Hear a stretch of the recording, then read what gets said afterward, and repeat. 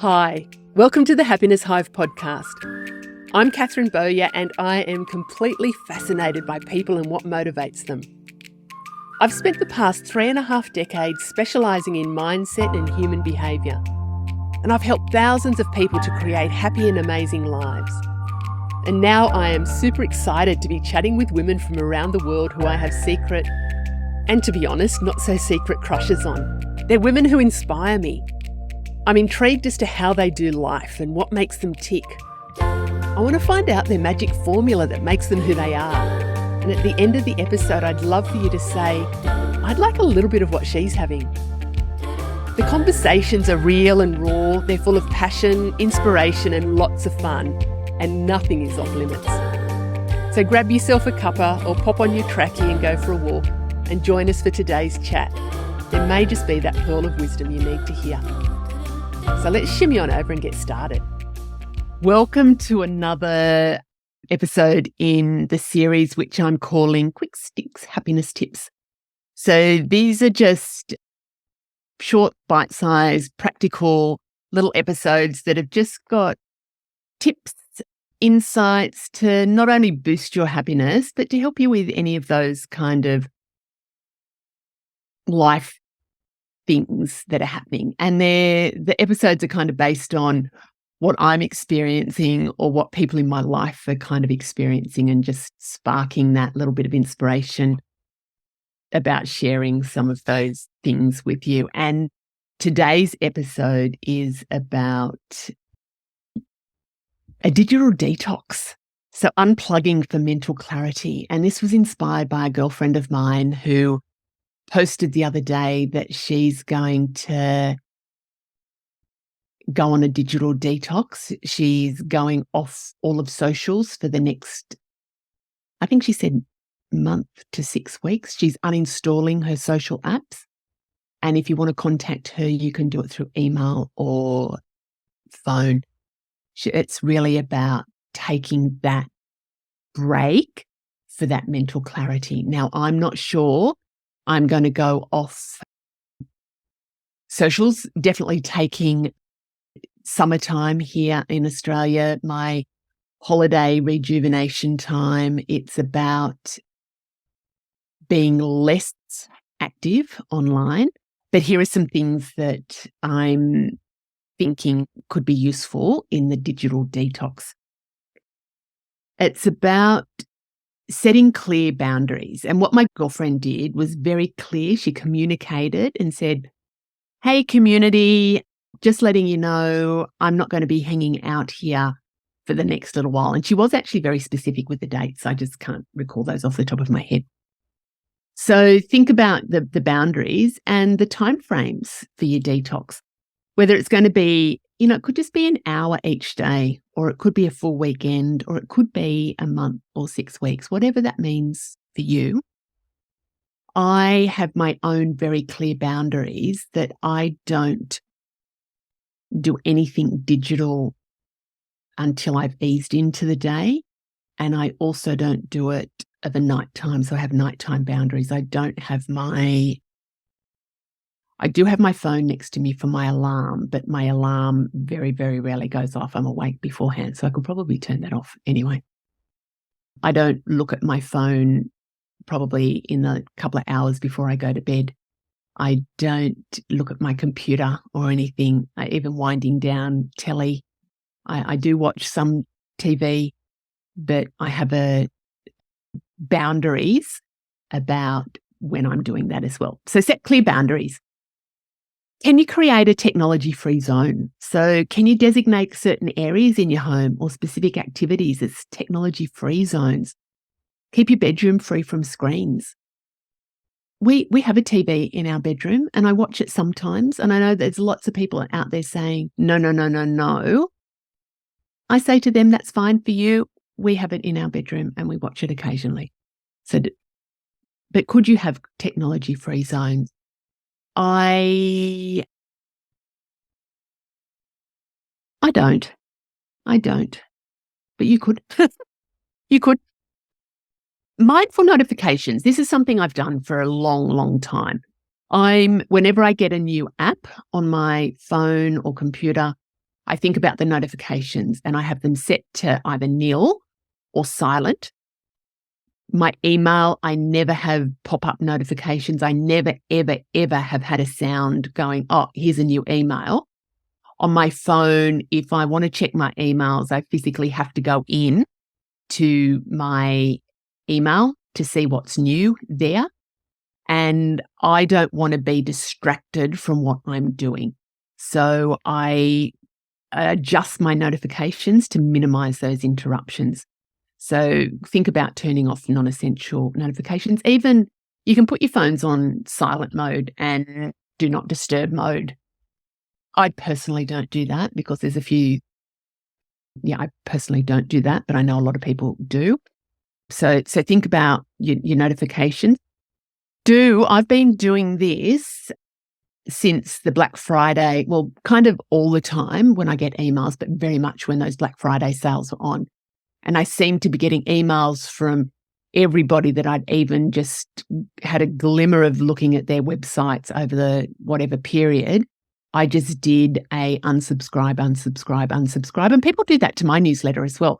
Completely fine with that, because if it's not of value to you, then that's not a value to me, having you there. But also it's about having things that are useful for you, that you're putting your energy into.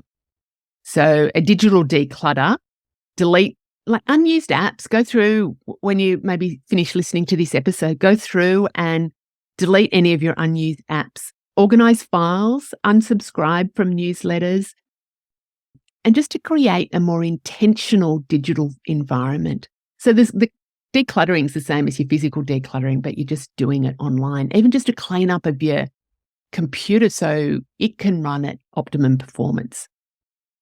Can you plan some analog activities? So replacing digital activities with analog. So choosing a physical book instead of an ebook. I've been doing that. Like I have ebooks, I have audio books. I listen to a lot of audio books, but there's a couple that I've gone, do you know what? I need the physical book for this one. So think about having a physical book.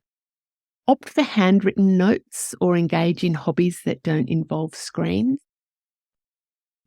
Handwritten notes. My journaling, and journaling generally is a handwritten thing, but even when I'm doing with my clients, I'm a handwriter of that. Engage in offline hobbies. Woohoo, old-fashioned. We don't need a screen for everything. So reconnect or explore just the in-person physical stuff. And I know that sounds a little bit like obvious, but sometimes we get so caught up and so reliant on the digital and the technology that think about activities that we could do that don't require our screens or technology at all. And I know for some people that they say that technology is their way of doing hobbies. That's beautiful. Yep, get it. But think about, are there things that you could do that are purely technology based? Being aware of social media and how much time you're hanging out there. You know, your consumption, how much time you're hanging out, how much scrolling are you doing? How useful is that scrolling? Some of the scrolling's really useful about, what business offerings there are out there, what people are up to, but a lot of the scrolling can be quite mindless, not mindful. And I tend to I don't have set times, I'm not that rigid, but I'm not scrolling all the time. I tend to have points of time where I will check my emails. I have points of time where I will check socials, and some of that is a complete numbing of the mind. I will be honest with that. But I'm not scrolling. I don't scroll for hours. On the weekends, I'm not very active on socials at all. And I definitely have digital-free mornings and evenings. I start and end my day without technology. I mentioned that. I don't have a set time. It's not like, I'm not going to look at it for 30 minutes and then look at it. I have my morning walk with Bosti, meditation, setting intentions.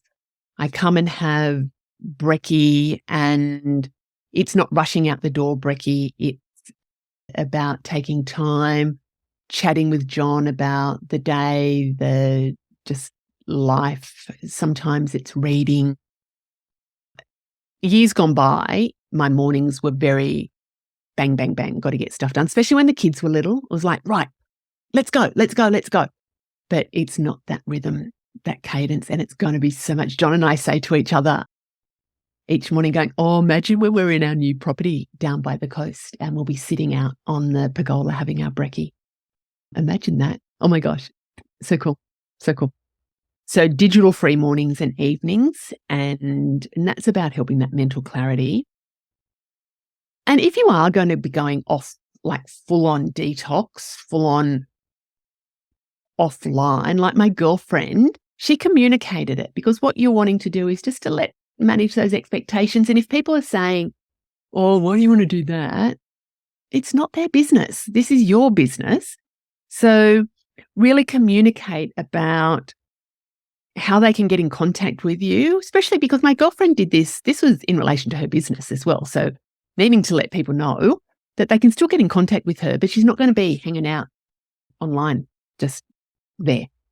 Think about some mindfulness practices that you can include. So breathing, meditation, just really clearing the mind, taking breaks, just physical taking.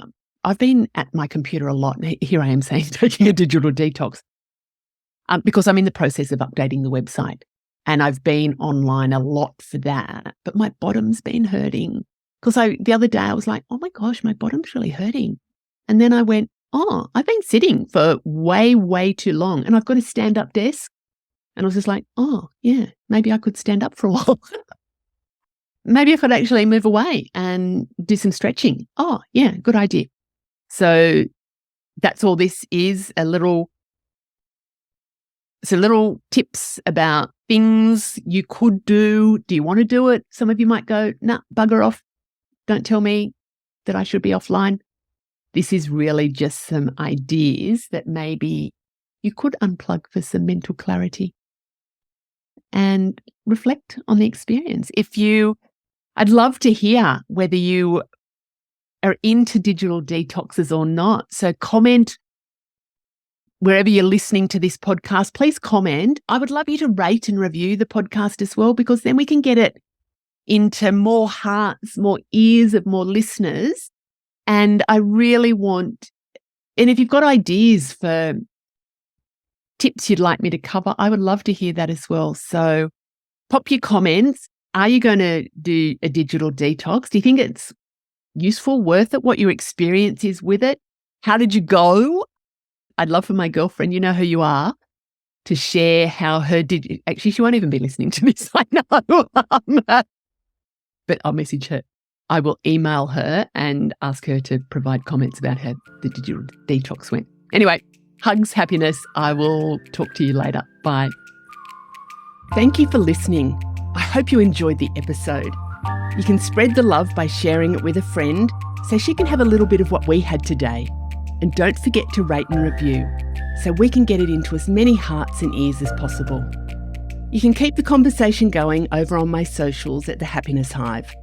And if you'd like more high vibe happiness in your life, come and join me in our community of inspired and motivated women, where you'll have everything that you need to be truly happy and bounce out of bed every day, living and loving your best and most beautiful life.